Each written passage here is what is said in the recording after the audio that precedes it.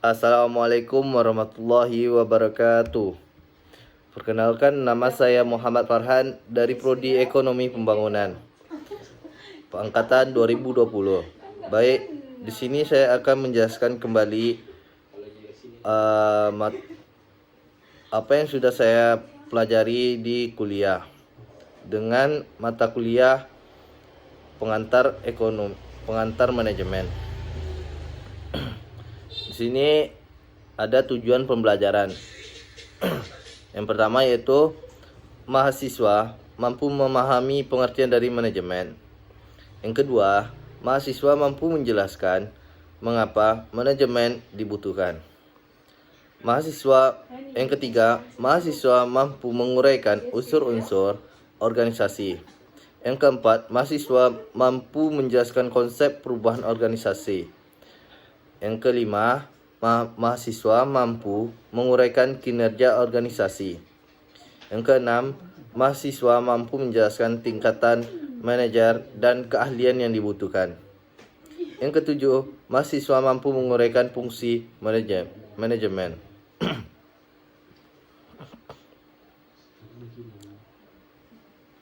Di sini manajer terdiri atas organisasi.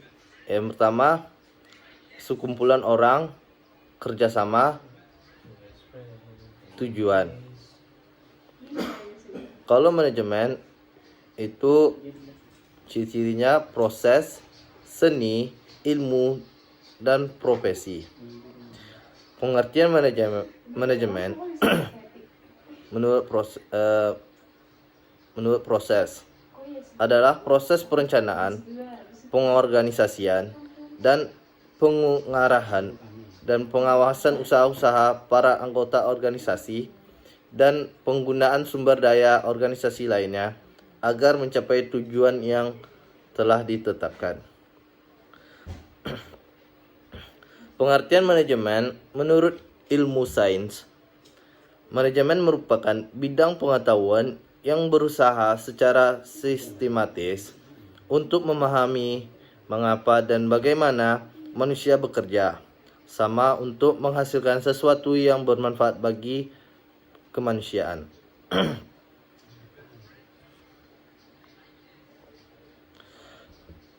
Mengapa manajemen dibutuhkan? Mengapa manajemen dibutuhkan? Karena agar kelompok dapat mencapai tujuannya secara berdaya guna dan berhasil guna. Daya guna yaitu dengan sumber-sumber seperti daya, dana, sarana, dan sehemat mungkin dalam waktu yang tepat. Dapat dicapai hasil yang sesuai dengan rencana. Sedangkan hasil guna berhasil mencapai apa yang diinginkan dan hasil yang berguna lagi kelompok dan masyarakat serta dapat dirasakan manfaatnya bagi sesama. Unsur-unsur organisasi manusia, kerjasama, tujuan bersama, peralatan, lingkungan, dan kekayaan.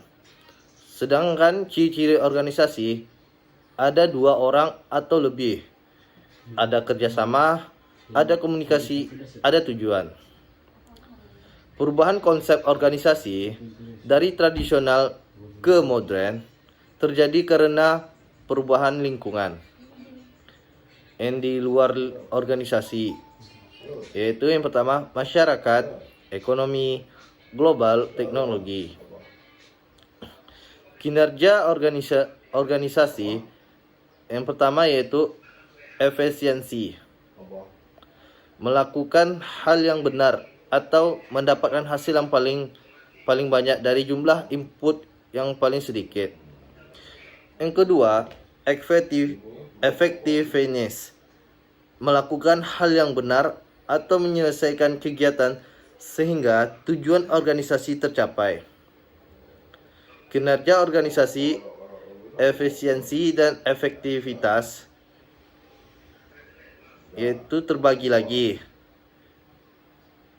Efisiensi resource usage, penggunaan sumber daya dengan tujuan yang sama. manajemen berusaha untuk limbah sumber daya rendah atau efisiensi tinggi. Pencapaian tujuan yang tinggi disebut dengan efektif yang tinggi. Fungsi dan proses manajemen. Fungsi manajemen yaitu aktivitas yang merencanakan atau planning, mengorganisasikan, memimpin, dan mengendalikan aktivitas bisnis dari suatu organisasi atau perusahaan. Proses manajemen yaitu serangkaian keputusan dan kegiatan kerja yang sedang terjadi yang dialami oleh para manajer sewaktu mereka merencanakan, mengorganisasi, memimpin, dan mengendalikan. Baik, di sini kita sudah dapat menentukan perbedaan manajemen dan manajer. Selanjutnya, baik, di sini saya akan menjelaskan di pertemuan ketiga yaitu evaluasi teori manajemen. Tujuan pembelajarannya yaitu yang pertama, mahasiswa mampu menjelaskan keadaan pada saat teori manajemen pertama kali dikembangkan. Yang kedua, mahasiswa mampu menguraikan berbagai cara untuk memanfaatkan suatu teori. Yang ketiga, mahasiswa mampu membedakan aliran manajemen ilmiah, aliran teori organisasi klasik, aliran tingkah laku, dan aliran ilmu manajemen. Yang keempat, mahasiswa mampu memahami konteks sejarah, aliran pendekatan sistem, dan aliran pendekatan kontingensi. Evaluasi teori manajemen. Yang pertama, aliran manajemen ilmiah. Yang kedua, aliran teori organisasi klasik. Yang ketiga, aliran tingkah laku. Yang keempat, ilmu manajemen. Yang kelima, pendekatan sistem. Yang keenam, pendekatan kontingensi. Baik, aliran manajemen ilmiah muncul. Ilmu manajemen muncul setelah negara-negara Eropa Barat dan Amerika dilanda revolusi industri yang terjadi di sekitar awal abad ke-20, yaitu mulai ditinggalkannya prinsip-prinsip lama yang sudah tidak efektif dan efisien lagi. Teori manajemen ilmiah muncul sebagai dari kebutuhan untuk meningkatkan produktivitas. Di awal abad ke-20, terutama Amerika Serikat, tenaga kerja terampil amat terasa kurang. Satu-satu cara untuk meningkatkan produktivitas adalah menaikkan efisiensi pekerja. Menurut Frederick W. Taylor, tahun 1856 sampai 1915, yang pertama yaitu Time and Motion Studies. Yang kedua, Peace Work Pay System. Yang ketiga, 4 prinsip dasar manajemen ilmiah. 4 prinsip dasar manajemen ilmiah yaitu yang pertama, perkembangan manajemen ilmiah yang sebenarnya, menentukan metode terbaik untuk melaksanakan setiap tugas dapat ditentukan, seleksi ilmiah para pekerja sehingga setiap pekerja akan dibagi tanggung jawab melakukan tugas yang paling cocok dengannya. Yang ketiga, pendidikan dan pengembangan ilmiah para pekerja. Yang keempat, kerjasama bersahabat dan secara pribadi antara manajemen dan para pekerja. Menurut Henry L. Gaines, tahun 1861 sampai 1919, kerjasama yang saling menguntungkan antara tenaga kerja dan manajemen. Yang kedua, seleksi ilmiah tenaga kerja. Yang ketiga, sistem insentif atau bonus untuk merangsang produktivitas karyawan dan organisasi. Yang keempat, penggunaan instruksi-instruksi kerja yang terperinci.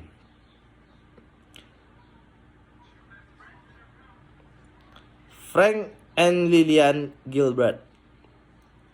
Frank and Gilbert berhasil menciptakan micromotion dan dapat mencatat semua gerakan yang dilakukan oleh pekerja dan lamanya waktu yang dihabiskan untuk melakukan setiap gerakan tersebut.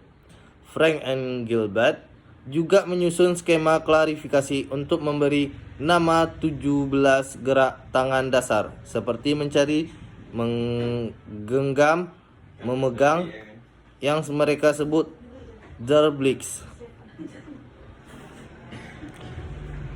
Aliran teori organisasi klasik. Aliran ini mendefinisikan manajemen sesuai dengan fungsi-fungsi manajemennya. Perhatian dan kemampuan manajemen dibutuhkan pada penerapan fungsi-fungsi tersebut. Menurut Henry Fayol, tahun 1841 sampai 1920, 14 prinsip manajemen. Henry Fayol, tahun 1841 sampai 1920. Ada 14 prinsip manajemen. Yang pertama, 1. Pembagian tugas. 2. Wewenang manajer. 3. Disiplin. 4. Kesatuan komando. 5. Kesatuan dalam pengarahan. 6. Kepentingan individual di bawah kepentingan umum. 7. Imbalan. 8. Sentralisasi. 9. Hierarki. 10. Susunan. 11. Keadilan. 12. Stabilitas staf. 13. Inisiatif. 14. Semangat Croft. Menurut Max Weber, tahun 1864 sampai 1920, birokrasi mempunyai karakteristik. Yang pertama, pembagian kerja yang jelas. Yang kedua, hierarki wewenang dirumuskan dengan baik. 3. Program rasional untuk mencapai tujuan. 4. Seleksi dan promosi personali. 5. Sistem dan prosedur bagi penanganan situasi kerja. 6. Sistem aturan yang mencakup hak-hak dan kewajiban-kewajiban posisi para pemegang jabatan. Menurut Mary Parker Plowett, 1868 sampai 1933, teori perilaku dan hubungan manusia. Plowett percaya bahwa seorang akan menjadi manusia sepenuhnya apabila manusia menjadi anggota suatu kelompok. Selanjutnya, Violet mengembangkan model perilaku pengendalian organisasi yang dimana seorang dikendalikan oleh 3 hal, yaitu yang pertama, pengendalian diri dari orang tersebut, yang kedua, pengendalian kelompok, yang ketiga, pengendalian bersama. Aliran tingkah laku. Aliran ini sering disebut juga aliran manajemen hubungan manusia. Aliran ini memusatkan kajiannya pada aspek manusia dan perlu manajemen memahami manusia. Hawthorne Effect. Peneliti menyimpulkan bahwa norma-norma sosial atau standar kelompok merupakan penentu utama perilaku kerja individu. Kalangan akademi umumnya sepakat bahwa kajian Hawthorne ini memberi dampak dramatis terhadap arah keyakinan manajemen terhadap peran perilaku manusia dalam organisasi. Ilmu manajemen, menurut Robert MC Namara, memfokuskan perhitungan manajemen didasarkan atas perhitungan-perhitungan yang dapat dipertanggungjawabkan keilmiahannya. Setiap pemecahan masalah harus terlebih dahulu mengetahui masalahnya dengan melakukan kegiatan penelitian ilmiah seperti riset. Prosedur aliran ilmu manajemen. Yang pertama, merumuskan masalah, menyusunkan model matematik, mendapatkan penyelesaian dari model, menganalisa model dan hasil diperoleh dari model. Pendekatan sistem. Manajemen memandang organisasi sebagai suatu kesatuan sistem dengan tujuan yang terdiri dari bagian yang saling berkaitan. Pendekatan kontingensi disebut pula pendekatan situasional. Pandangan bahwa teknik manajemen yang paling baik memberikan kontribusi untuk pencapaian sasaran organisasi mungkin bervariasi dalam situasi atau lingkungan yang berbeda. Di pertemuan ketiga, saya akan membahas globalisasi. Dalam era globalisasi, bisnis dan ekonomi ikut terpengaruh. Batasan antara negara menjadi semakin kabur pada saat teknologi komunikasi semakin jauh. Hal ini mendorong banyak pelaku bisnis untuk masuk ke bisnis global. 3 faktor utama dalam globalisasi yaitu kedekatan. Manajer sekarang bekerja dalam kedekatan yang jauh lebih besar daripada sebelumnya. Lokasi yang integrasi dari organisasi yang beroperasi melewati beberapa batas internasional merupakan bagian globalisasi. Sikap globalisasi mengacu pada sikap baru, terbuka, mengenal dan mempraktekkan manajemen secara internasional. Globalisasi dan daya saing. Daya saing merupakan topik yang sering dibicarakan akhir-akhir ini di antara para manajer dan pejabat, pemerintah, serta dalam berita media. Daya saing merupakan posisi relatif dari salah satu pesaing terhadap para pesaing yang lain. Kemampuan bersaing. Suatu kemampuan atau keadaan yang memungkinkan sebuah perusahaan untuk memperoleh keuntungan yang lebih tinggi dari rata-rata dalam suatu industri tertentu. Michael Porter, ahli ternama dalam hal persaingan, telah mengamati bahwa sementara banyak orang-orang bicara mengenai daya saing di antara bangsa-bangsa, mereka tidak selalu menggunakan kriteria daya saing yang sama. 2 kriteria manfaat globalisasi.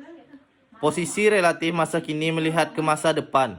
Daya saing dapat disebut sebagai kesiapan suatu bangsa untuk interaksi daya lebih kompetitif. Artinya dalam bersaing, dalam merebut pasar, ukuran kriteria untuk dapat lebih kompetitif dilihat dari upah pekerja dalam suatu negara, tingkat pendidikan dari angkatan kerja suatu negara. Perusahaan multinasional, sebuah perusahaan besar dengan operasi dan divisi yang terbesar di beberapa negara, tetapi dikendalikan oleh kantor pusat secara sentral. Dalam membuat keputusan investasi, manajer MMA harus menilai 3 faktor. Yang pertama, ekonomi suatu negara, tersedia infrastruktur. Yang kedua, risiko politik. Yang ketiga, kecocokan teknologi dan budaya yang berbeda. Perusahaan multinasional. Investasi portofolio. Investasi dalam aset asing. Sebuah perusahaan membeli saham dari beberapa perusahaan yang memiliki aset asing. Investasi langsung. Investasi dalam aset asing yang dikelola secara langsung. Keluhan MMA terhadap host country. Yang pertama, batasan keuntungan. Yang kedua, pembebanan sumber daya yang lebih mahal. Yang ketiga, aturan yang selalu mengeksplorasi. Yang keempat, batasan devisa. Yang kelima, tidak memenuhi kewajiban. Dampak MMA pada negara sendiri lebih pada pengaruh yang merugikan seperti mengalirnya keluar investasi asing, berkurangnya pendapatan dari ekspor, melemahnya neraca pembayaran nasional. Di pertemuan kelima, saya akan membahas mendirikan dan memperbarui organisasi bisnis kecil atau small business sebagai bisnis yang dimiliki dan dikelola secara lokal, seringkali dengan jumlah karyawan yang amat sedikit bekerja di suatu lokasi. Kewirausahaan seorang pelapor bisnis baru atau seorang manajer yang mencoba untuk memperbaiki suatu unit organisasi dengan memprakarsai perubahan produk. Fungsi yang spesifik untuk wirausaha adalah kemampuan mengambil faktor-faktor produksi seperti lahan, tenaga kerja, dan modal dan menggunakan untuk memproduksi barang dan jasa. Kewirausahaan versus manajemen. Menurut Paul Wilken, kewirausahaan mencakup upaya mengawali perubahan dalam produksi, sedangkan manajemen mencakup koordinasi proses produk yang sudah berjalan.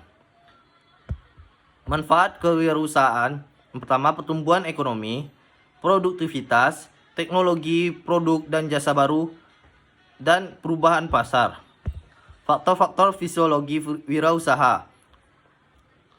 Menurut David Michael Cleland 1960 yang menemukan bahwa orang-orang mengejar karir semacam wirausaha mempunyai kebutuhan untuk berprestasi, kebutuhan psikologis untuk mencapai yang tinggi.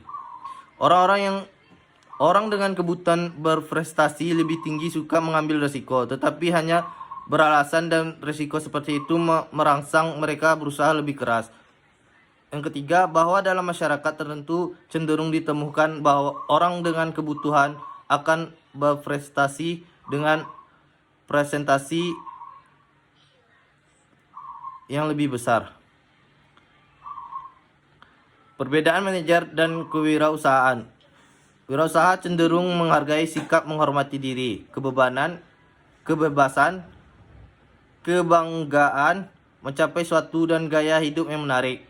Manajer cenderung untuk menghargai persahabatan sejati, kebijaksanaan, penyelamatan, dan kesenangan. Faktor sosiologi. Faktor sosiologi menyebabkan timbulnya wirausaha adalah karena adanya anggota minoritas seringkali merasa majikan mereka melakukan diskriminasi terhadap mereka, baik secara langsung maupun tidak langsung. Untuk menghasilkan dalam budaya perusahaan, beberapa minoritas merasa bahwa mereka harus menjual nyawa mereka dengan menyerahkan identitas, ras, etik, atau seksual mereka.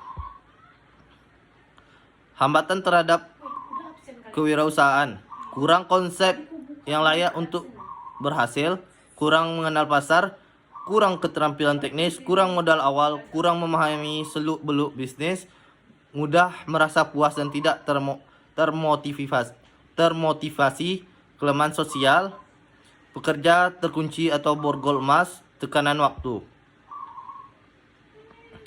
Memperbaiki organisasi. Peter Seng membedakan dua macam pengalaman organisasi, yaitu mengalami adaptif dalam organisasi, yaitu mengimbangi perubahan. Yang kedua, pengalaman generatif, yaitu kreativitas yang berasal dari usaha bersama di antara anggota organisasi. Entrepreneur merupakan individu yang memiliki karakteristik seperti seorang wirausaha, namun berbeda dengan organisasi yang telah mapan atau mantap. Kalau wirausaha bekerja untuk diri sendiri, sedangkan entrepreneur bekerja pada orang lain maupun institusi yang bukan miliknya. Kedua memiliki kemiripan karakteristik, sama-sama sebagai inovator dan memiliki keberanian dalam menghadapi resiko. Entrepreneur merupakan tipe individu yang berperan sebagai agen perubahan di lingkungan organisasi yang telah mapan, yang perlu didorong untuk melakukan perbaikan. Baik, di sini saya akan melanjutkan dengan pertemuan yang ke-6, membahas perencanaan dan manajemen strategi. Perencanaan proses menetapkan sasaran dan tindakan yang perlu untuk mencapai sasaran tersebut.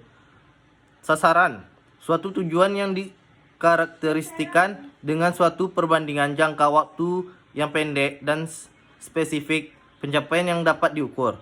Arti penting sasaran dan rencana. Arti penting sasaran memberikan arah, sasaran memfokuskan usaha kita, sasaran menjadi pedoman rencana dan keputusan, sasaran membantu kita mengevaluasi kemajuan yang kita capai. Arti penting perencanaan. Tanpa perencanaan, para manajer tidak dapat mengetahui bagaimana sebaiknya mereka mengorganisasikan orang dan sumber daya secara efektif. Bahkan mereka tidak mempunyai ide yang jelas tentang apa yang mereka perlukan organisasi. Perencanaan strategik. Rencana yang didesain oleh manajer tingkat tinggi untuk memenuhi sasaran organisasi secara luas. Perencanaan operasional. Rencana yang terperinci tentang kebutuhan untuk mengimplementasikan strategi ke dalam kegiatan harian. Penyataan misi. Sasaran organisasi secara luas berdasarkan pada alasan perencanaan yang membenarkan keberadaan organisasi. Evaluasi konsep strategi. Program luas untuk menentukan dan mencapai tujuan organisasi. Respon organisasi pada lingkungan sepanjang waktu. Definisi strategi menurut Alfred de Kendrick, penentuan sasaran dan tujuan jangka panjang dari sebuah perusahaan dan proses adopsi rangkaian tindakan serta pengalokasian sumber daya yang diperlukan untuk mencapai sasaran tadi. Tingkat strategi. Strategi tingkat korporasi. Strategi yang dirumuskan oleh manajemen puncak untuk mengawasi perhatian dan operasi korporasi multilini. Pertanyaan pokok yang muncul, bisnis seperti apa yang harus dikerjakan? Apa sasaran yang harapan dari setiap bisnis? Bagaimana pengalokasian sumber daya untuk pencapaian semua sasaran? Strategi fungsional. Strategi yang dirumuskan oleh bidang fungsional khusus dalam suatu usaha untuk melakukan strategi bisnis unit. Yang kedua, menciptakan kerangka kerja untuk manajer dalam setiap fungsi seperti pemasaran, produksi, keuangan. Baik, sekianlah penjelasan saya dari tugas pengantar manajemen dari pertemuan kedua sampai pertemuan ke-6. Sekian, mohon maaf. Assalamualaikum warahmatullahi wabarakatuh.